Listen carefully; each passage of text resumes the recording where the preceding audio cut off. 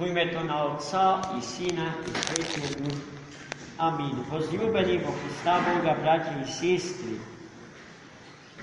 денеска Светата Црква го празнува маченичкото страдание на најголемиот меѓу мажите од мајка роден, великиот и славен и сепален пророк, претеча и крстител Господен Јован. Од една страна рековме дека празнуваме денеска. Да празнувате значи да се радувате. Празник. Зборот. И зборот радост се синоними. А од друга страна зборуваме за смртта, неправедната смрт на најголемиот меѓу луѓето, меѓу мажите од мајка роден Јован. Како е тоа можно да се празнува, да се радува во ден кога се спомнуваме за маченичката смрт на светиот пророк, претеча и крстител Христо Јован. Па затоа што се случи со Христа, Господа на крстот, на кој што висејќи беше убиен и умре, за во неговата смрт да умре смртта наша. И секој свет маченик представува икона на Христовата смрт. И ја представува победата на животот над смрт. Затоа е и денеска Светата Црква Божја празна. Го празнува безсмртието на светиот праведник Јован, пророкот кој што го доживуваме како мост и премостител на старозаветната библиска епоха со новозаветната библиска епоха. Како свети Јован го загуби својот живот, бранејќи ја вистината и правдата Божја. Тогаш актуелниот владетел на Јудеја, Ирод четверогласник, решил да ја земе за своја жена, жената на неговиот роден брат Филип.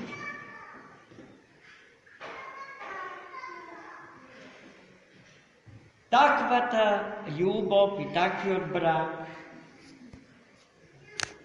не е благословен и осуден од светите закони Божи, поради што свети Јован Крстител во секоја средба со Ирода не пропуштал да му каже да се откаже од идејата за жена своја да ја земе жената на својот роден брат.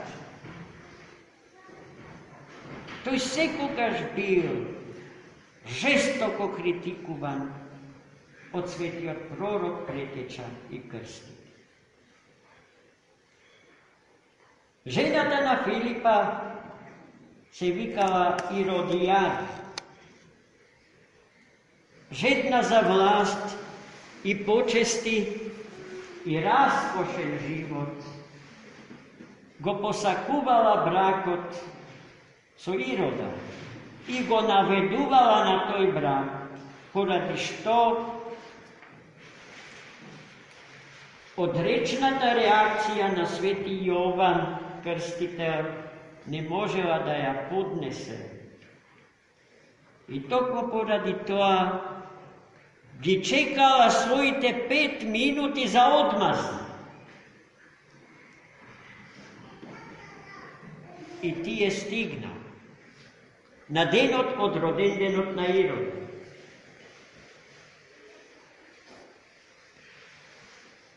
Koga kralj odslavil v prisustvo na vladajačkata elita. Normalno.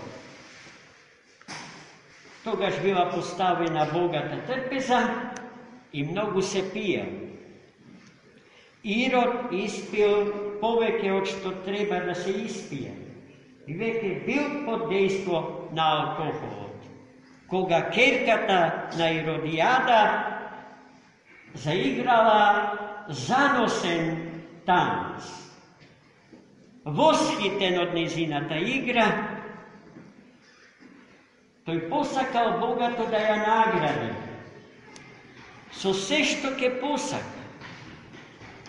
Бил дотаму расположен со наградите, што бил спремен и половината од своето царство да и го отстави. И тој тоа го кажал гласно и се заколнил пред сите, дека така ке постапи со неа. Девојката била збунета, не знаела што да побави и потрчала кај мајка за совет. Се случило тоа што Иродијада го чека со години. И таа веднаш без мислење, без двоумење, ја побарала честната глава на најчистиот, најдевствениот, најсветиот меѓу луѓето, Јован, претеча, пророк и крстител. И таа желба на мајката своја гласно му ја соопштила на Ирода пред сите.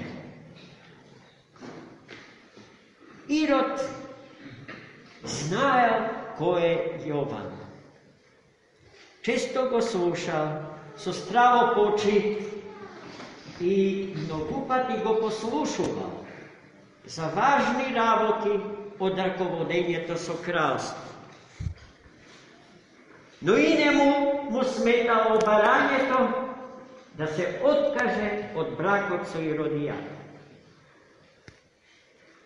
Сепак, побарувањето да му се отсече главата на пречесниот пророк, претеча и крстител, го примил со страх.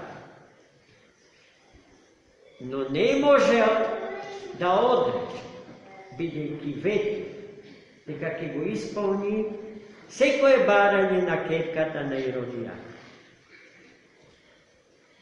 Што под дејство на алкохолот, што под дејство на преголемата гордост, превисокото мислење за себе си.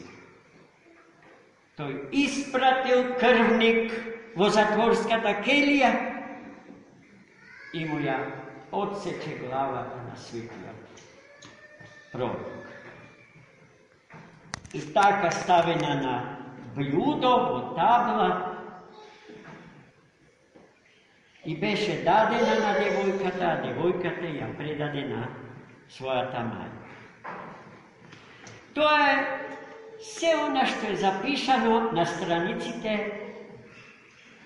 од евангелската перикопа, читана денеска на светата литургија. Но тука работите не завршува. Ајде сега да ја чуеме од маздата Божја за злосторството што го направи Ирод. После многу време, откако Sveti Jovan беше убиен. Иродијада тргна во поход во Европа, воен освојувачки поход, и стигнале во Шпанија, зимно време. И требало да преминат полноводна, пловна река. Влегле во водите на таа река, простете ми името на реката во моментов, не можам да ви го кажам, таа и денеска постои во Шпанија, и додека ја препливувале реката, водата смрзнала и мразот и ја откина главата на Иродијада. Драги мои во Христа Господа браќи и сестри, секогаш кога правиме нешто добро или зло, да помислиме за последиците што со тоа ќе ги предизвикаме во нашиот сопствен живот и во животите на нашите деца, на нашите блиски и на кој годе човек кој живее со благослов Божи на оваа Богом благословена планета. Да живееме одговорно.